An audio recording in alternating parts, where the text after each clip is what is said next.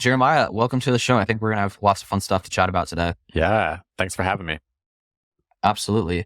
Before we were recording, you had asked me basically my progression from like when I started the podcast till present day. So I'm kind of curious to flip the script and ask you like, from when you're graduating college, maybe 21, 22, what's like the quick kind of, these are the steps and major career points before where I am now at KnoCommerce?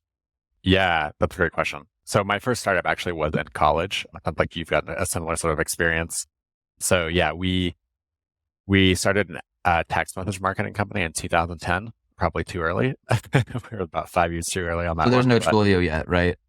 Beginning days of Twilio. Twilio was actually how we were delivering our messages. So this was like, very early Twilio. They were still private companies, super small compared to what they are now for sure. So yeah, we did that. Did not go very well. And then from there, I got into e-commerce. So I started building WooCommerce extensions in 2012. And so yeah, all open source software. I've kind of had a variety of things over the years that I've been doing. But yeah, the path has really been more e-commerce focused since 2012. So I had my own brand for a little bit, started an agency as well, helped a friend build his agency. And then in 2020, I have a friend who owns a marketing agency. His name is Pearson. It's called Lunar Solar Group. And he said, hey, we've been planning on building the tech company for a while. Let's make it happen. And so 2020 was when we launched KnoCommerce. And that's really now what we're doing today. I appreciate the speed for that because that lets me kind of choose where I want to jump in to the different parts of that. So were you studying, like, when did you learn to code? I'm assuming that you're building these plugins yourself. Like, where was that in your journey? Yeah, that's a good question. So my very first experience writing code was I took an English class in high school, and my teacher let us do book reports as websites. And so it's just literally like inline CSS and an HTML page, like super basic. Turned it in on floppy disks because that was like early 2000s, mid 2000s, I guess. That was my first experience. And then from there, I got into like using PHP some. And then it was, jQuery was hot, right? So did a lot with jQuery. And then that's kind of like the WordPress tech stack, right? So did a lot with WordPress for a long time. But yeah, I just self-taught, just learn on the fly, lots of Stack Overflow, copy paste, and make it work the way I want it to work. So that's probably the experience for a lot of self-taught programmers. And debugging. Yeah, so like our technology is like a one-click install on Shopify, but if you're non-Shopify, there's a JavaScript snippet you have to add. So the other day, like one of our support guy sent me this script. He was like, hey, can you help me figure out why this isn't working? I just dropped it into ChatGPT. It was like, hey, basically the script wasn't being loaded in the right spot. And so I just had to like rewrite the script that they were adding, and it just did it for me in a few seconds. And very, very different. I guess like 10 years ago, you could post it on Stack Overflow and then somebody would be like, you're an idiot. Why are you posting this? But yeah, so even that context is different, right? Like you would back then it was like, okay, I don't want to post something and look like a fool, but now you can just drop it into ChatGPT and there's not that aspect of it. Yeah, I have an RSS feed for Upwork jobs that match like a specific search criteria to help us find like freelance jobs for the consulting firm. Mm-hmm. And someone put one in. And so like RSS feed, I get a notification the second this job is posted. And it's like, I need, some RegExr. So basically for people who don't know what that is, it's like, I need help matching like a pattern in text to do a particular thing. So if I get an email that says all these things, there's a series of conditions where I want this to happen. And I want this information extracted from the text and it's formatted this way. And I literally, this was like the week it came out. I copied that job description, I put it into, the chat engine, and then put in my proposal. I was like, within like 4 minutes, I was like, here's the exact solution for how you want. If you need help implementing it, let's hop on a call and just like charge you hourly just to like the 20 minutes we're on the phone together where I plug this in. And it's a bit of a sidebar, but it was so crazy. Well, I just knew for a fact this guy was going to reply because I sent him like the fully worked out solution in 45 seconds. So crazy. And RegExr, at least for me, is like, it's hard for me to like, just the way that it's structured. I always have a hard time. Like it takes me a lot of time to actually like build out a proper RegExr statement. So yeah, that's like, I don't know. I think that's super cool. The fact that like to a computer, a character is a character, like it doesn't matter. to me, my human brain, like looking at something, it's just a lot harder for me to interpret it. So yeah, that kind of power of ChatGPT is just incredible as far as I'm concerned. And I think we'll kind of pick this back up towards the end and talk about like automating insights, because that's kind of like the next step, right? It's like, okay, here's a bunch of data, make an insight out of it versus, which is kind of like back to like ambiguous queries for like AI versus like a very direct one is like, I need this to be done, write a solution that does it. Yeah. So that's something we can pick back up. A couple of quick questions then. What was the reason that the text messaging startup failed? Besides like, what do you mean like it was too early? Yeah. So 2010, so at the time, I think the rules have changed a little bit since then. If you wanted to send a marketing message, it had to be through a short code. So like I think it's 5 or 6 digit phone numbers. And I think it's still the case where you basically have to like buy a license for the license isn't the right word, but anyway, you buy the number. It's like $1,500 a month. You pay quarterly. Basically, like we were bootstrapping it. We were college students. We spent $9,000 on a short code and didn't get much in terms of revenue very quickly. So like we just didn't have the cash for it. And so like that was problem number one. Problem number two is that like our target was small businesses.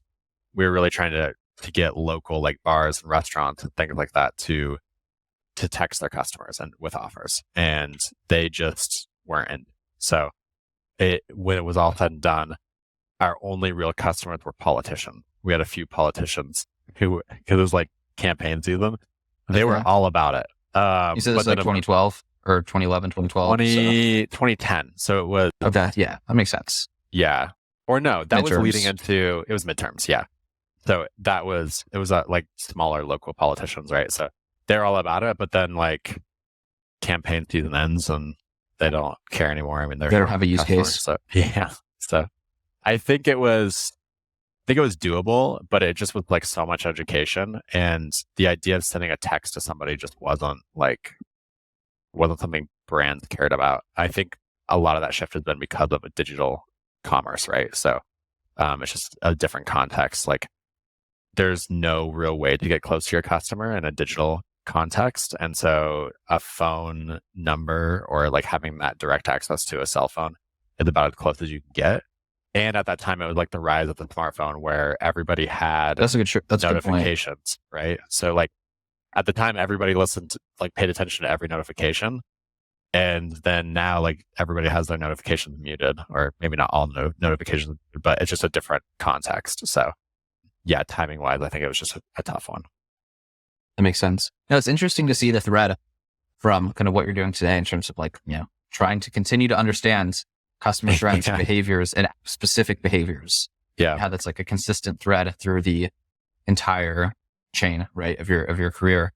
Yeah. Yeah. Where was so you did the agency thing for a while. You're kind of also doing some plugins, and maybe kind of towards the end, and like a bonus question, I could ask like what a specific plugin was, but that might be side plot here for now. What was the moment catalyzing KnoCommerce, which to my understanding had a different name at first? That's a great question. So Pearson, who owns Lunar Solar Group and who was essentially co-founder and KnoCommerce, he and I first met in, I think it was 2013. He was a brand owner at the time. I was building e-commerce tech, and we worked together for years on and off on different projects. And so the big issue and when he launched his agency, I helped him out for about a year, but I don't love agency work. I'd rather be like building software. So anyway, I'd say that like the moment was really when we're like, okay, what do we want to build? And the problem that we both kept coming back to was this idea of like, who is your customer? Like in a digital context, you just don't know who your customer is. You have very little idea like who they are, what they're interested in, why they buy things. So a lot of what we do today is attribution surveys, but that really wasn't the initial intent. And frankly, it's not like where we're going long term. I mean, we'll always do attribution surveys. It's a very, very good use case for our product, but it's not really the most important thing as far as we're concerned. And so it's really like, who is that customer? How do I understand them better?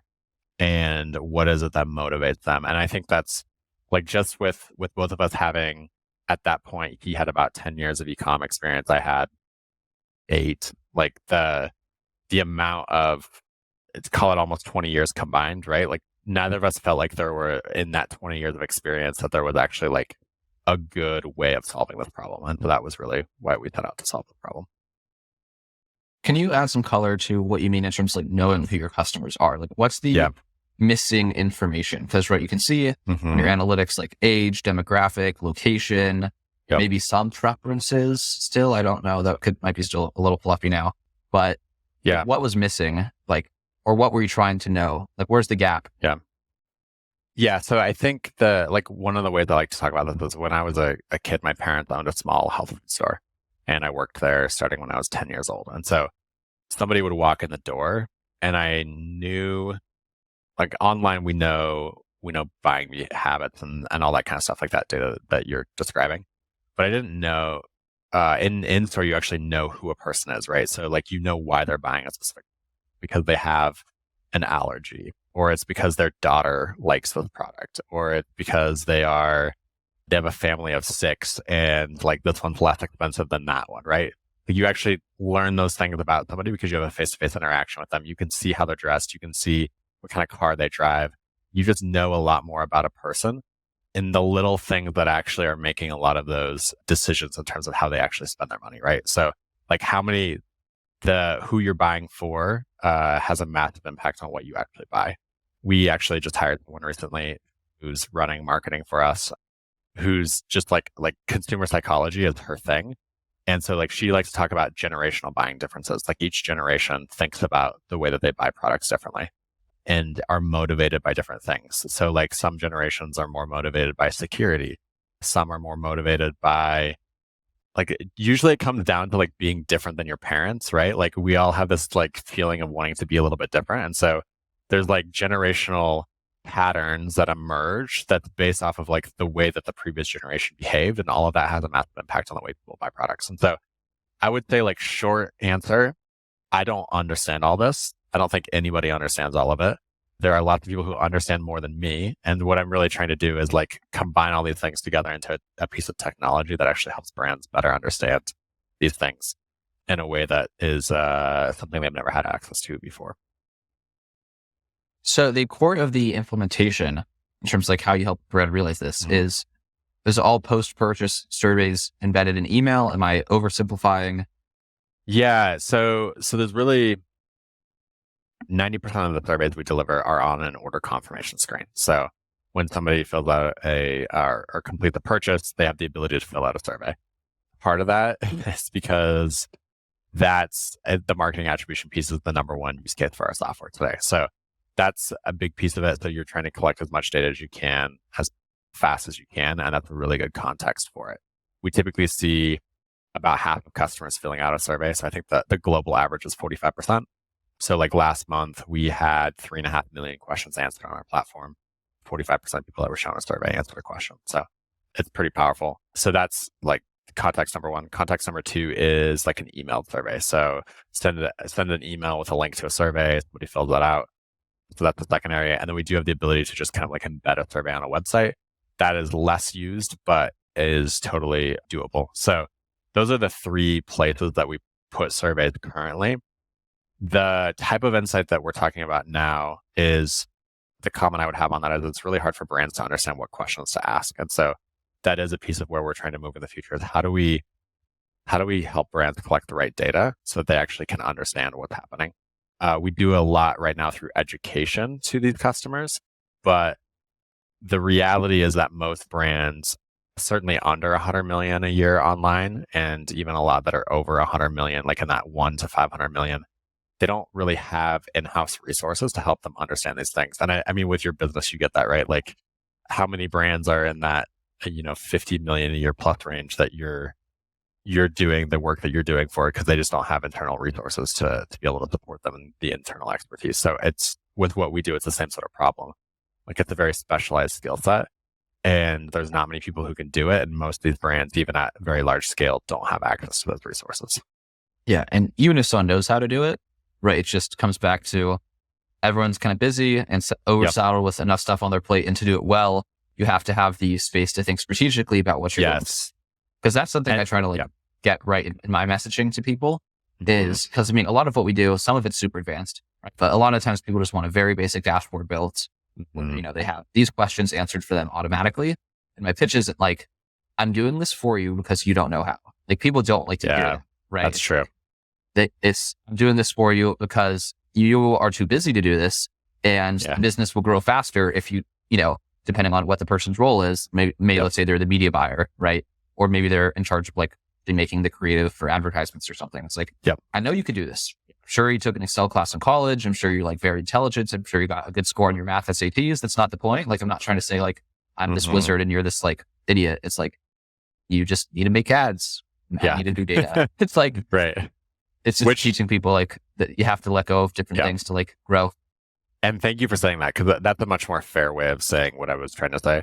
Yeah, that's exactly it. It's not that somebody, like, you can run a survey, you can pull down the data, can layer a bunch of different things, but there's a difference between like in our context, we look at this data every single day, right? So like we know patterns to look for. So that's like on a human level, that's one piece of it.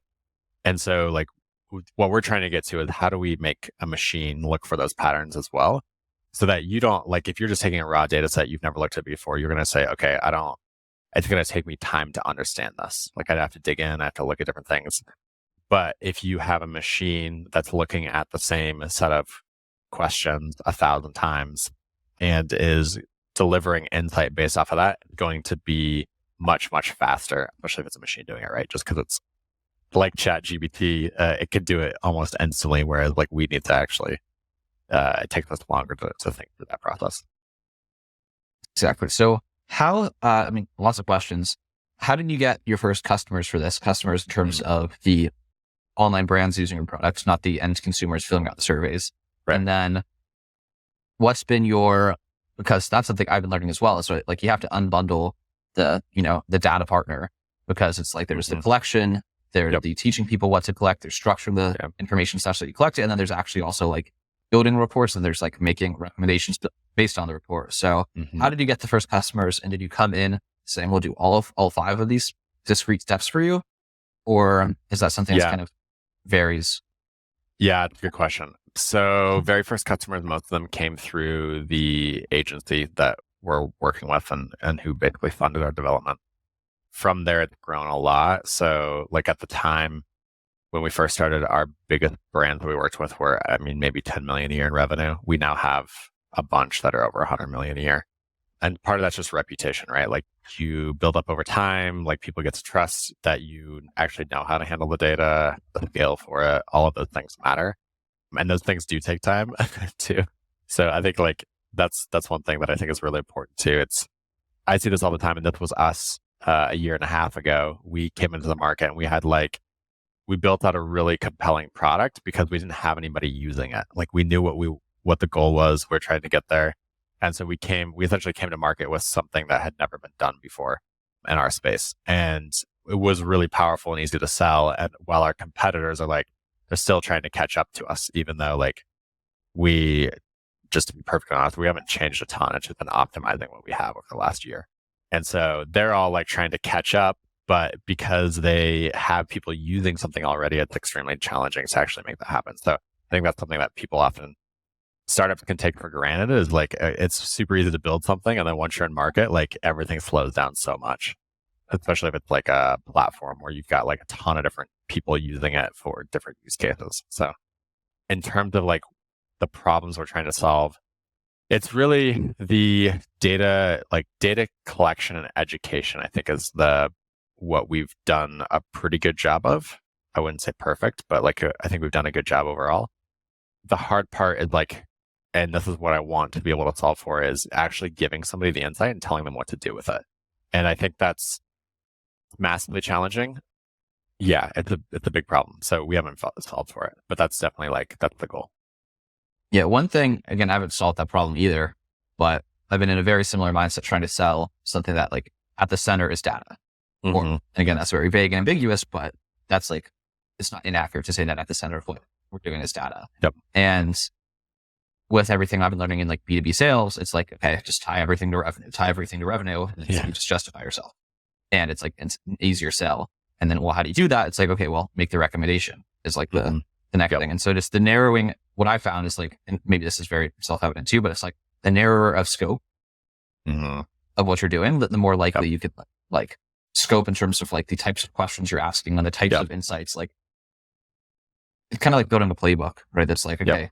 And I'm sure you have internal playbooks of like, these are all the things that brands, when they find this out about their customer, can usually use one of these 15 things to go make money or like go correct some mistake or go make something more efficient in some piece of their sales stack. Yeah, for sure. And that was the problem we had like go to market initially was our technology can do, it's 100 different use cases that can solve for. It's more than that, but there's so many different things you can do. And people need to be told like, what's the outcome? So like a really good example of that we have with attribution surveys, we recommend asking at least 3 questions. So how did you first hear about us? What brought you to our site today? And how long did you know about us before placing your first purchase? And then in our platform, we can build what we call audiences based off of customer data and also like responses to questions. So you can build an audience of people who found you on TikTok as an example. And then you can look at the how long did you know about it before making your first purchase question. So you're trying to understand the time from discovery to purchase and break that down by the channel in which they remember discovering a brand. And so TikTok and YouTube are typically very long. So it will take somebody months oftentimes to purchase if they discovered a brand on TikTok or YouTube.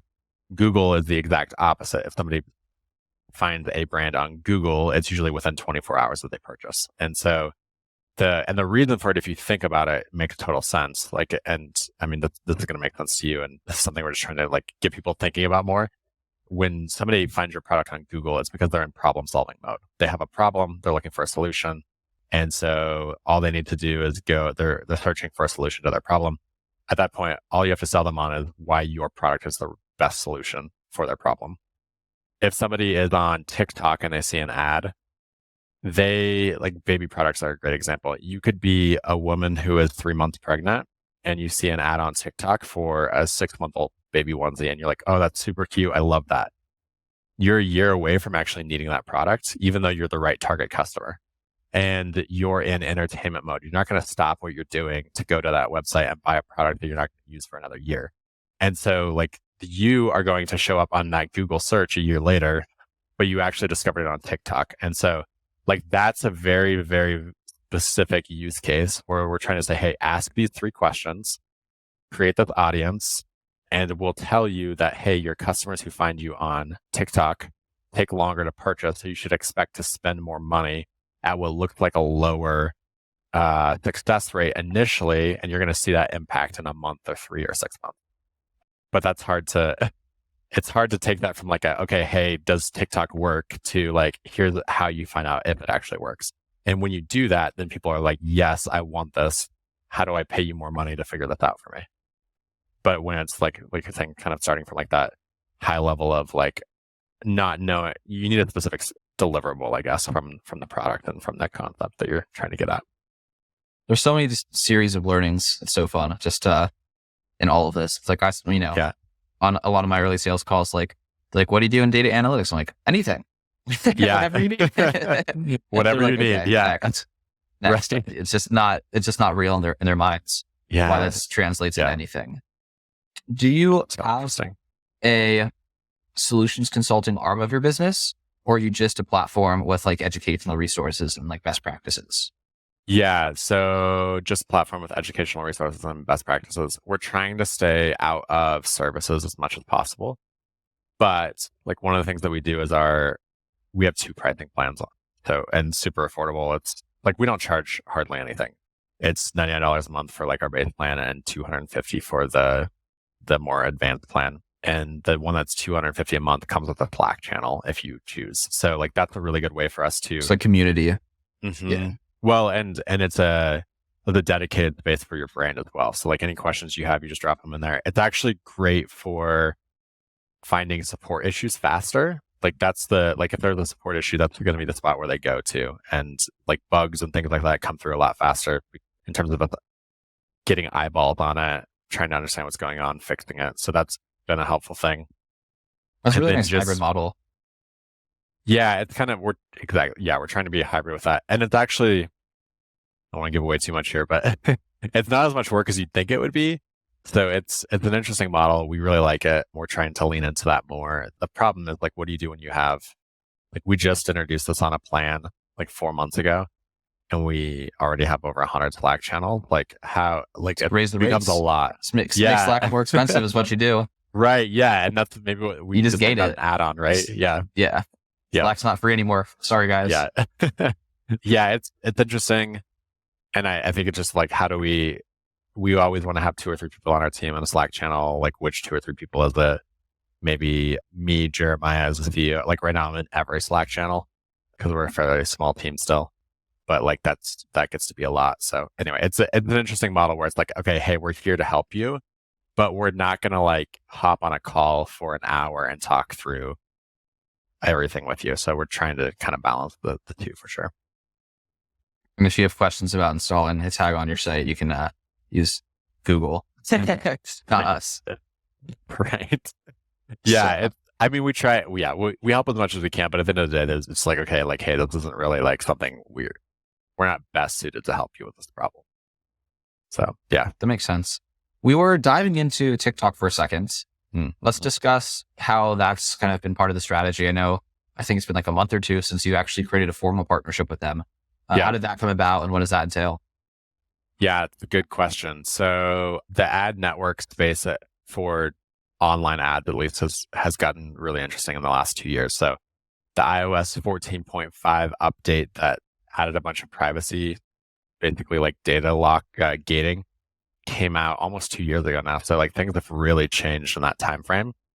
I would say, like, at that time, people trusted Facebook ads platform manager with like telling them whether they were driving sales. And I would question how accurate that was. But it gave people numbers that they trusted, and so they were all about it.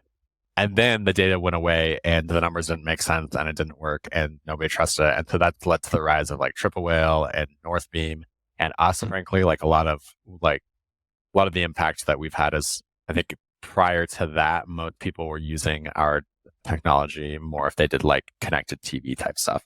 So now, like, any sort of online ad, people are trying to use our technology. But I think what's really interesting is TikTok in that process, they were still relatively new. And so I don't think they had the same sort of like identity around ads that Facebook had at that time. And so anyway, fast forward, we started talking to TikTok last year. I think it was April, May, something like that. And they were super interested in our platform because a lot of advertisers are actually using our platform to scale TikTok ads. So like one brand that we work with, they started at basically 0. They started spending $5,000 a month in TikTok ads, and then kept ramping up to the point where they're spending like $500,000 a month on TikTok because they could see the results in the survey platform. And they did that within 6 months. So like, pretty fast ramp up to $500,000 in ad spend. And that was the story we were hearing from TikTok a lot, is that brands were using our platform for that. So they've really leaned in to surveys as the best way to track TikTok ads, or one of the best ways. I think they probably say best, but anyway, it's if not the best, one of the best. And so yeah, we're partnered with them now. They actually give brands ad credits to use our software, which is super cool. So is it like is it still $5,000 for? Yeah. Yep. So up to $5,000. Do you have to qualify for? Oh yeah, it's going up to. Okay. Yeah. What's the qualifier there? I think, and by the time this episode comes out, it's probably totally different terms. Yeah. But as of right now, it's, I believe, up to 2,000 if you spend 2,000 in ads. Okay. And it's more like a matching type thing. Yeah, the first 2,000, and then you get the 5,000 credit if you spend at least 10,000 in a week for an average of 4 weeks, I believe is the criteria. So okay.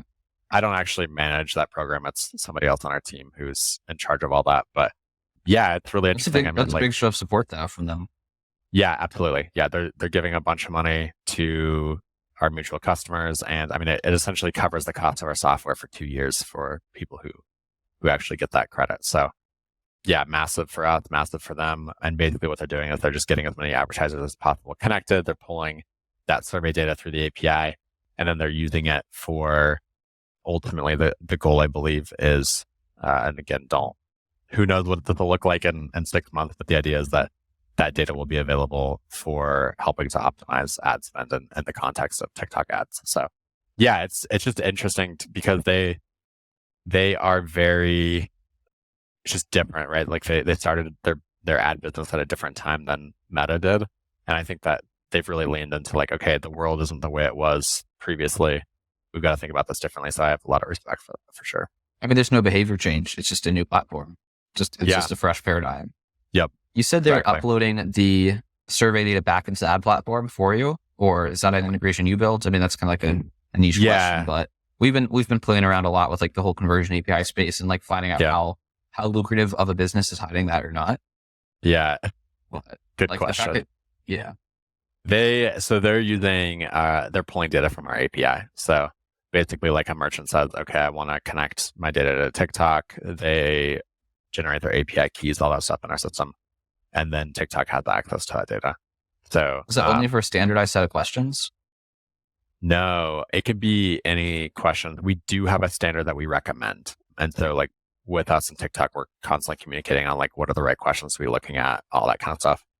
But yeah, there's a recommended set of questions, but technically somebody could ask whatever they want to have that feedback into like informing the advertisement decisions in the algorithm. It has to be somewhat templated. Yes, that's the trick of, yeah, for sure. And this is why like this is the process. Like that's definitely right now the like advertisers are getting ad credits to connect the data, but TikTok is doing a lot of work on their end, I'm sure, to make sure that it's the right data in the right context. So the templatizing though helps for sure. Like that's one thing that we do a really good job of.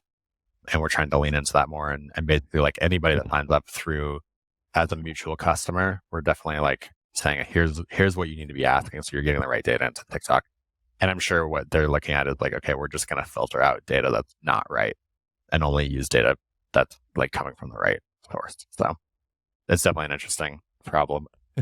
Clean data is like, yeah, I mean, one of the things, sorry, there's a bit of a tangent, but going back to like what you're talking about with AI and basically delivering insight with AI, I do believe you have to have kind of a clean data source to start with, or at least some expectations of what the data should be about in order for that to happen and be done well. Yeah, I think this is also tangential. I think that's somewhat the ambition of like Scale.ai, like that startup. Okay. Yeah. It's like creating clean data sets at scale, which is the name. So it's so hard, man. We've been doing some experimentation around like that, like clean data sets, and trying to get brands to use like the exact same question, same like response options, all of that. Or like you use some AI to clean the data, right? You like create it. That's That's not create a separate model to trade the model. Yeah, that makes sense actually. Yeah, enough people are keeping up with that, so apologies. You definitely skipped ahead 30 seconds if that was just too much, but yeah, we're not doing that yet.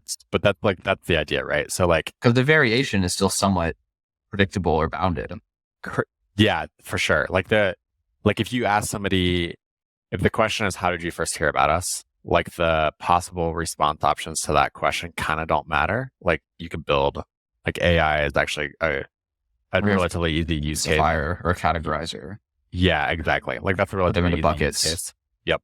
What gets harder is when somebody changes the question, because like, how did you first hear about us is fundamentally different than how did you hear about us. They're actually like it can result in different data.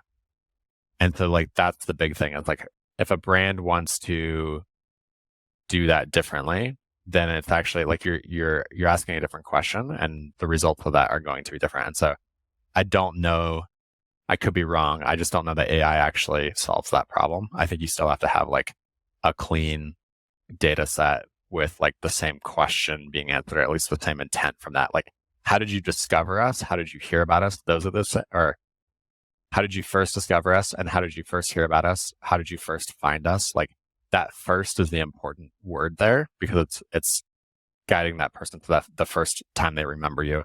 If you leave that out, then it's looking at, it's leaving it open to interpretation, right? It could be the first time they remember hearing about you. It could be the last time. Yeah, exactly. It's fully up to interpretation.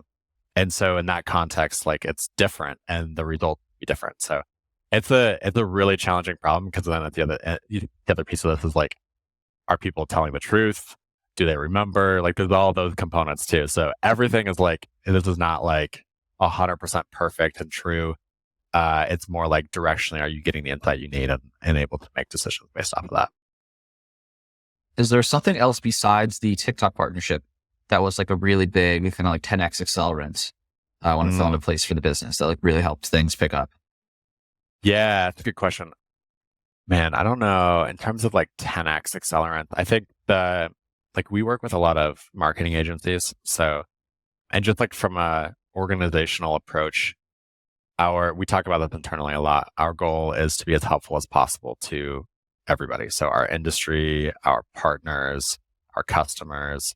We even joke that we're helpful to our competitors because we're setting the pace and the tone and giving them something to kind of go after. So like that's the way that we think about our business. And I think like leaning into that through agency partnerships and technology partnerships has been really, really powerful for us. Just because like those, like when you come into that relationship and you're like, hey, we're here to help you. Like, what do you need? How do we help you get the data and insight that you need for your clients? I think that's just a different context even than saying like, hey, here's the thing, sell it to your client and we'll give you 20%. That's probably been more impactful even than the TikTok partnership. But yeah, those two things have definitely been impactful over the last 6 months in particular. Yeah, it's something I want to write down. Just like one-to-many sales have been so, I mean, that's like only one like way to summarize that. There's more you said there besides like one-to-many sales. But like a one-to-many sales strategy just is a multiplier in and of itself. For sure. If it works. Yeah, absolutely. And I mean, for us, it's like, you don't like if an agency has 20 clients, you don't go in and like get all 20 clients at once. That's just not how it works. And I know with what you're talking about, like this has probably been some of your experience too. You have an agency you're partnered with and you're doing work for, but it's like one client to start. And then like maybe there's another one and then another one after that. So it's something that kind of builds and grows over time as well. It's not just like a one and done. It's a relationship that lasts for a long time and it should be treated as such, not just it shouldn't be transactional in nature as much as you can avoid that. Business is always somewhat transactional. Makes sense. I had this other question ready and trying to call what it was. Okay. You have a thread. Mm-hmm. Incredible anonymous insights. Let's share a couple fun, incredible anonymous insights. Just things that you found that are just really interesting in terms of like, who would have thought that? So we already talked about like TikTok conversion windows as one interesting one. Mm-hmm. I know TikTok age is another interesting one. That I think you said the average 80% of TikTok attributed orders come from people over the age of 30. Yeah, that was for a specific brand, but yes, that's and that's a good point. That's definitely an important nuance. Yeah. That's important nuance. I don't think we actually have age data at the moment that's like representative of the ecosystem, but certainly like some brands are asking that. So yeah, there's one brand we work with. The vast majority of their TikTok customers were 45 plus, which I was like, this is insane. I didn't like, you would think that those people aren't on TikTok, but they are. You just have to have the right ads and the right messaging to reach those people. So yeah, that's a really interesting one. There was one too, like somebody was running a survey to try to understand how customers were using their products. And don't quote me on that because I'm doing this off of memory and I could be totally wrong on the numbers, but basically like the majority of people were buying their artwork, right? So the majority of people were buying for their bathroom. And then what was interesting was like the average order value was much higher for people buying for like their living room or work office than it was for their bedroom or their bathroom. So just like an interesting thing where it's like, okay, if you understand the purpose of somebody buying a product and how they're going to use it, that's actually going to have a massive impact on how much they spend on that product, which specific product they buy, all of that kind of stuff. So that's really interesting. Yeah, you can just ask them just generally, like, are you buying this for personal, for work? Yeah. For work. I got that. I just messed up the first letters of all those words there, but yeah, for sure. On that note, that we actually have a brand we work with who they sell a lot of different products, but one of their pieces of their business is custom hats. And so it's like large bulk orders, right? Large relatives, let's call it 20 plus hats. So they have people who are buying hats on their website one-off, and then they're actually showing the hat purchasers a survey saying, hey, are you associated with a business and do you want more information? And if so, do you want more information about our custom hats? And when somebody says yes, they then actually trigger like a whole engagement flow with that customer. So like that's another really interesting one that I've seen where to your point of like business versus consumer, sometimes the numbers, like the aggregate numbers matter less than like, can you connect the right person to the right place with that information? So that's a really interesting one where you see like, okay, some people are going to be connected to a business. Some people are going to be connected to, or are just going to be shopping for themselves. But if you can get them the buyer to the right location, they can end up spending a whole lot more money. So yeah, that's a really interesting one. One that I think is really cool that is really overlooked from the data that we have, and this is hundreds of thousands of people answering this question every month. Less than 40% of people buy a product within a week of discovering that product. 60%, across all respondents to that question. Mm-hmm. Like hundreds of thousands of respondents to that question. The majority of people take more than a week to make their first purchase. If you were to look in Google Analytics for almost every website, it's going to tell you 48 hours is when most people purchase.